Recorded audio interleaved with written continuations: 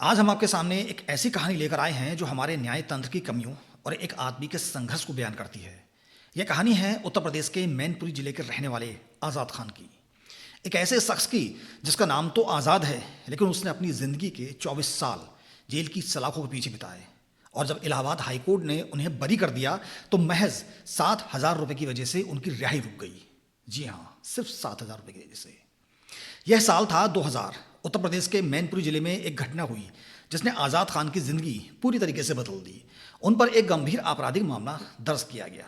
उसमें जो धाराएं थीं वह थी 395 और 397, जिसके तहत मामला दर्ज हुआ और आज़ाद खान को गिरफ्तार कर लिया गया। उस वक्त आज़ाद खान एक युवा थे, उनके सामने पूरी ज़िंदगी पड़ी थी, उनके सपने थे, उम्मीदें थीं, लेकिन एक पल में सब कुछ बदल गया।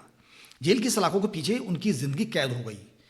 जब किसी व्यक्ति पर आपराधिक मामला दर्ज होता है तो उसके जीवन में क्या गुजरती है, इसका अंदाज़ा लगाना मुश्किल है, खासकर तब जब वह व्यक्ति निर्दोष हो। आज़ाद खान के परिवार वालों का कहना है कि वह पूरी तरीके से निर्दोष थे, लेकिन कानूनी प्रक्रिया इतनी लंबी खिंच गई कि उनकी जवानी जेल में ही बीत गई। दोस्तों ज़रा सोचिए, 24 साल, यह कोई छोटा समय नहीं है, यह एक पूरी पीढ़ी का समय है। इस दौरान बाहर की दुनिया में कितना कुछ बदल गया। टेक्नोलॉजी बदली, समाज बदला, देश बदला, लेकिन आज़ाद खान की ज़िंदगी जेल की 4 दीवारों में ठहरी रही। जेल में बिताए गए 24 साल के दौरान आज़ाद खान ने क्या क्या खोया, इसकी एक लंबी फेहरिस्त है। उसने परिवार के सदस्य बूढ़े हो गए, शायद कुछ का इंतकाल भी हो गया। उन्होंने अपनी जवानी, अपने सपने, अपनी आज़ादी, सब कुछ खो दिया। जेल में हर दिन एक जैसा होता है, वही रूटीन, वही दीवारें, वही सलाखें। समय की कोई कदर नहीं, कोई उम्मीद नहीं, बस एक इंतज़ार, न्याय का इंतज़ार। और यह इंतज़ार 24 साल तक चला। कोर्ट में केस चलता रहा, तारीख पर तारीख पड़ती रहीं, गवाह आए गए, वकीलों की बहसें होती रहीं, लेकिन फैसला नहीं आया। हमारे देश की न्यायिक व्यवस्था में एक बड़ा ही समस्या है। मामले इतने लंबे समय तक चलते हैं कि लोगों का जीवन बर्बाद हो जाता है, चाहे वह दोषी हो या बेकसूर। और आखिरकार वह दिन आया जब इलाहाबाद हाईकोर्ट ने इस मामले पर अपना फैसला सुनाया। कोर्ट ने सभी सबूतों और गवाहियों की जांच की, मामले का गहराई से अध्ययन किया और फिर कोर्ट ने अपना आदेश सुनाया। आज़ाद खान निर्दोष हैं, वो बेकसूर हैं, उन्हें बरी किया जाता है। यह खबर आज़ाद खान और उनके परिवार वालों के लिए राहत की सांस लेने जैसी थी। 24 साल बाद आखिरकार न्याय मिला। कोर्ट ने माना कि उनके खिलाफ लगाए गए आरोप साबित नहीं हुए हैं। लेकिन दोस्तों, यहाँ एक सवाल उठता है, जो 24 साल आज़ाद खान ने जेल में गुजारे, वे कौन वापस देगा? उनकी जवानी, उनके सपने, उनका समय, इसका हिसाब कौन देगा? हमारे कानून में ऐसी स्थिति में मुआवजा देने का प्रावधान है। अगर कोई व्यक्ति गलत तरीके से जेल में बंद रहता है और बाद में बरी होता है तो उसे मुआवजा मिल सकता है, लेकिन क्या कोई मुआवजा उन खोए हुए सालों की भरपाई कर सकता है? नहीं कर सकता। लेकिन दोस्तों, आज़ाद खान की परेशानियां यहीं खत्म नहीं हुई। अब आती है इस कहानी की सबसे दर्दनाक हिस्सा। हाईकोर्ट से बरी होने के बावजूद आज़ाद खान को रिहा नहीं किया गया और वजह थी महज 7,000 रुपये। जी हाँ, आपने सही सुना, 7,000 रुपये। यह राशि किसी जुर्माने या कोर्ट फीस से जुड़ी हुई थी। चूंकि वह राशि जमा नहीं की गई थी, इसलिए जेल अधिकारियों ने आज़ाद खान को रिहा करने से मना कर दिया। सोचिए, एक तरफ हाईकोर्ट का फैसला है जो कहता है कि यह व्यक्ति निर्दोष है, उसे रिहा किया जाए, और दूसरी तरफ एक प्रशासनिक अड़चन है जो कहती है कि 7,000 रुपये जमा नहीं हुए हैं, इसलिए रिहाई नहीं हो सकती। यह हमारे सिस्टम की एक बड़ी विडंबना है। कागजी कार्रवाई और प्रशासनिक औपचारिकताएं इतनी जटिल हो जाती हैं कि एक निर्दोष व्यक्ति को भी राहत की सांस नहीं मिल पाती। आज़ाद खान के लिए यह एक और मानसिक यातना थी। कोर्ट ने बरी कर दिया, लेकिन जेल से रिहाई नहीं हो रही। बाहर आज़ादी का इंतजार कर रहा परिवार और अंदर सलाखों के पीछे फंस गया एक निर्दोष व्यक्ति। इस पूरे मामले में आज़ाद खान के परिवार ने क्या झेला होगा, इसकी कल्पना करना भी मुश्किल है। 24 साल तक घर के एक सदस्य का जेल में होना, यह किसी भी परिवार के लिए बेहद कठिन समय होता है। आज़ाद खान के परिवार वालों ने इस 24 साल में ना जाने कितनी मुश्किलें झेली। आर्थिक तंगी, सामाजिक कलंक, भावनात्मक पीड़ा, सब कुछ। हर त्योहार, हर खुशी, हर मौका अधूरा रहा। क्यों? क्योंकि घर का एक सदस्य जेल में था। कोर्ट की तारीखों पर वकीलों की फीस, जेल में मुलाकात के लिए बार बार आना जाना, और सबसे बड़ी बात, उम्मीद का दामन थामे रखना, एक दिन न्याय मिलेगा। और जब हाईकोर्ट ने बरी कर दिया तो परिवार को लगा कि अब उनकी मुसीबतें खत्म हो जाएंगी, लेकिन 7,000 रुपये की अड़चन ने उनकी उम्मीदों पर फिर से पानी फेर दिया। एक गरीब परिवार के लिए 7,000 रुपये भी बड़ी रकम होती है, लेकिन सवाल यह है कि क्या यह रकम इतनी बड़ी थी कि एक निर्दोष व्यक्ति को जेल में रोक के रखा जाए। दोस्तों, अब हम इस मामले की कानून और प्रशासनिक पहलुओं को समझने की कोशिश करते हैं कि आखिर ऐसा क्यों होता है कि कोर्ट का फैसला आने के बाद भी किसी व्यक्ति की रिहाई में देरी हो जाती है। जब कोई व्यक्ति किसी आपराधिक मामले में दोषी ठहराया जाता है या उस पर मुकदमा चल रहा होता है तो कई बार कोर्ट कुछ शर्तें लगाता है। इसमें जमानत की राशि, जुर्माना, कोर्ट फीस या और भी कुछ शामिल हो सकते हैं। जब हाईकोर्ट या सुप्रीम कोर्ट किसी को बरी करता है तो यह आदेश निचली अदालत और जेल प्रशासन को भेजा जाता है।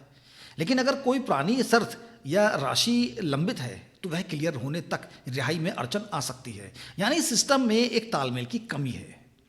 यह एक तरफ कोर्ट अपना फैसला दे देता है लेकिन दूसरी तरफ प्रशासनिक औपचारिकताएं पूरी होने में समय लगता है और इस बीच एक निर्दोष व्यक्ति जेल में बंद रहता है। यह एक व्यवस्थागत समस्या है। कोर्ट, जेल प्रशासन, पुलिस और अन्य संबंधित विभागों के बीच बेहतर समन्वय की जरूरत है ताकि ऐसे मामलों में देरी ना हो। आज़ाद खान का मामला अकेला नहीं है। हमारे देश में ऐसे हजारों मामले हैं जहां लोग सालों साल जेल में बंद रहते हैं और बाद में बरी हो जाते हैं या फिर उनका ट्रायल ही सालों तक नहीं हो पाता। नेशनल क्राइम रिकॉर्ड ब्यूरो के अनुसार भारत की जेलों में हजारों ऐसे कैदी हैं जो अंडर ट्रायल हैं, यानी उनका मुकदमा अभी भी चल रहा है लेकिन वे जेल में हैं। कई बार तो लोग उतने समय तक जेल में रह लेते हैं जितनी सजा उन्हें मिल सकती थी। यह हमारी न्याय व्यवस्था की एक बड़ी कमजोरी है। मामलों की संख्या बहुत ज़्यादा है, जजों और कोर्ट की संख्या कम।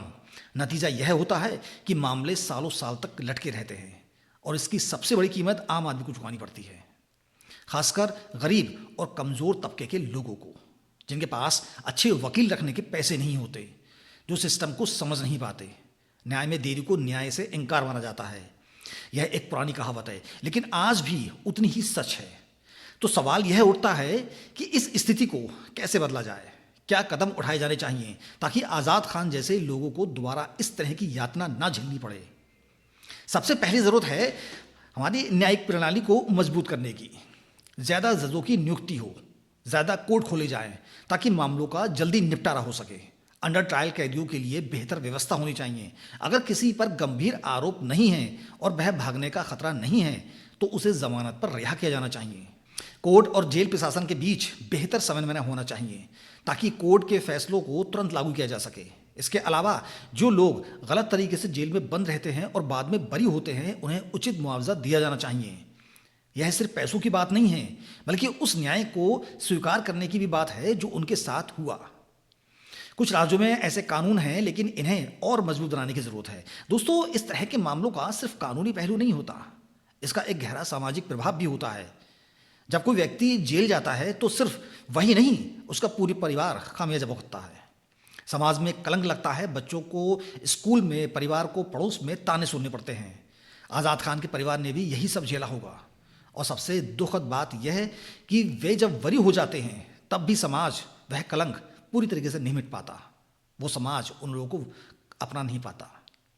हमारे समाज की एक कमजोरी है कि हम किसी को भी आसानी से दोषी मान लेते हैं, लेकिन जब वह निर्दोष साबित होता है तो हम उसे वापस स्वीकार करने में संकोच करते हैं।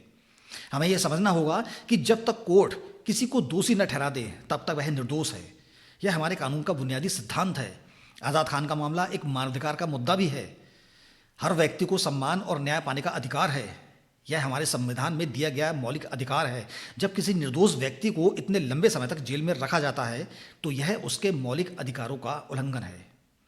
संविधान का अनुच्छेद 21 के तहत किसी भी व्यक्ति को उसके जीवन और व्यक्तिगत स्वतंत्रता से कानून द्वारा स्थापित प्रक्रिया के बिना वंचित नहीं किया जा सकता।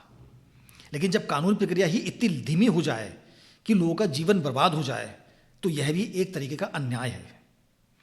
सुप्रीम कोर्ट ने कई मौकों पर इस मुद्दे पर चिंता जताई है। कोर्ट ने कहा है कि अंडर ट्रायल कैदियों की स्थिति में सुधार होना चाहिए और मामलों का तेजी से निपटारा होना चाहिए।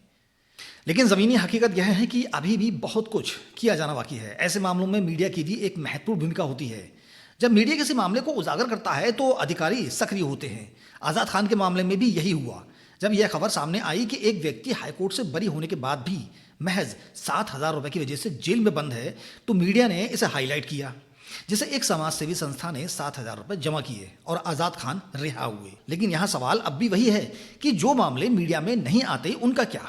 कितने आज़ाद खान हैं जो चुपचाप जेल में पड़े हैं और जिनकी कोई सुध नहीं ले रहा। मीडिया हर मामले को कवर नहीं कर सकता, इसलिए ज़रूरी है कि सिस्टम खुद इतना मजबूत हो और संवेदनशील हो कि हर व्यक्ति को न्याय मिल सके, चाहे उसका मामला मीडिया में आए या ना आए। सरकार की जिम्मेदारी है कि वह न्याय व्यवस्था को मजबूत करे। इसके लिए बजट आवंटित करे, नई अदालतें खोले, जजों की नियुक्ति करे, साथ ही जेल सुधार भी बहुत ज़रूरी है।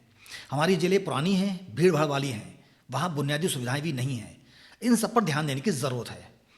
उत्तर प्रदेश सरकार ने हाल के वर्षों में न्याय व्यवस्था में सुधार के कुछ कदम उठाए हैं।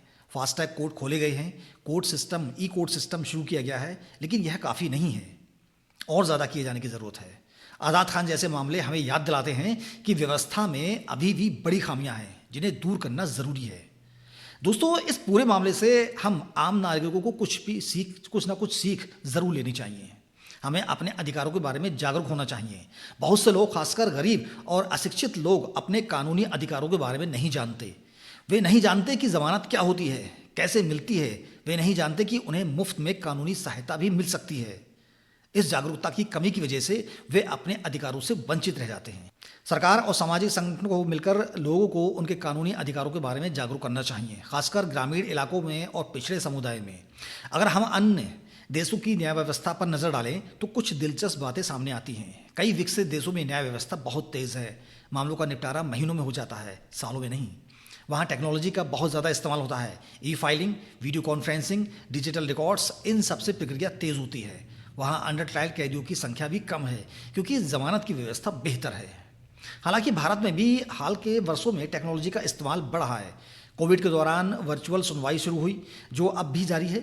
ई कोर्ट प्रोजेक्ट के तहत कोर्ट रिकॉर्ड को डिजिटाइज किया जा रहा है, लेकिन अभी भी हमें एक लंबा रास्ता तय करना है। हमें दूसरे देशों से सीखना चाहिए और अपनी न्याय व्यवस्था में सुधार करना चाहिए। दोस्तों, आज़ाद खान की कहानी हमें बहुत कुछ सोचने पर मजबूर करती है। यह सिर्फ एक व्यक्ति की कहानी नहीं है, यह हमारी न्याय व्यवस्था की कमियों की कहानी है। यह उन हजारों लोगों की कहानी है जो न्याय के इंतजार में अपनी जिंदगी बर्बाद कर देते। 24 साल जेल में गुजारने के बाद जब आज़ाद खान बरी किए गए तो यह एक राहत की बात थी, लेकिन 7,000 रुपए की वजह से उनकी रिहाई का रुक जाना हमारी व्यवस्था की संवेदनहीनता को दर्शाता है। इस मामले ने कई सवाल उठाए हैं। क्या हमारी न्याय व्यवस्था वाकई में न्याय दे पा रही है? क्या मामलों का निपटारा समय पर हो रहा है? क्या निर्दोष लोगों को सुरक्षा मिल रही है? इन सवालों को जवाब ढूंढने की ज़रूरत है, और सिर्फ जवाब ढूंढने की नहीं, बल्कि ठोस कदम उठाने की ज़रूरत है। हम सरकार से अपील करते हैं कि न्याय व्यवस्था में सुधार को प्राथमिकता दी जाए। ज़्यादा जजों की नियुक्ति हो, नई अदालतें खुलें, जेल सुधार हो और मामलों का तेज़ी से निपटारा हो। हम प्रशासन से अपील करते हैं कि वे और संवेदनशील बने। कोर्ट के फैसलों को तुरंत लागू किया जाए, जिससे किसी भी निर्दोष व्यक्ति को ज़्यादा समय तक जेल में न रहना पड़े। और हम आम नागरिकों से अपील करते हैं कि वे अपने अधिकारों के प्रति जागरूक रहें। जब भी उन्हें या उनके परिचितों को न्याय व्यवस्था से जुड़ी कोई समस्या हो तो वे कानूनी मदद लें, आवाज़ उठाएं। दोस्तों, यह मामला हमें याद दिलाता है कि न्याय सिर्फ अदालत के फैसले में नहीं होता। न्याय तब होता है जब वह फैसला समय पर आए, जब वह ज़मीन पर लागू हो, जब एक आम आदमी को भी वह न्याय मिल सके जिसका वह हकदार है। हमें एक ऐसी व्यवस्था बनानी होगी जहां आज़ाद खान जैसे लोगों को दोबारा इस तरह की यातना ना झेलनी पड़े, जहां हर व्यक्ति को समय पर और सही न्याय मिले, क्योंकि जैसा कि कहा जाता है, न्याय में देरी न्याय से इनकार है। आज की इस रिपोर्ट को यहीं समाप्त करते हैं। मैं आपसे विदा लेता हूं। मिलेंगे अगली रिपोर्ट के साथ। तब तक के लिए अपना ख्याल रखिएगा। अल्लाह हाफिज़।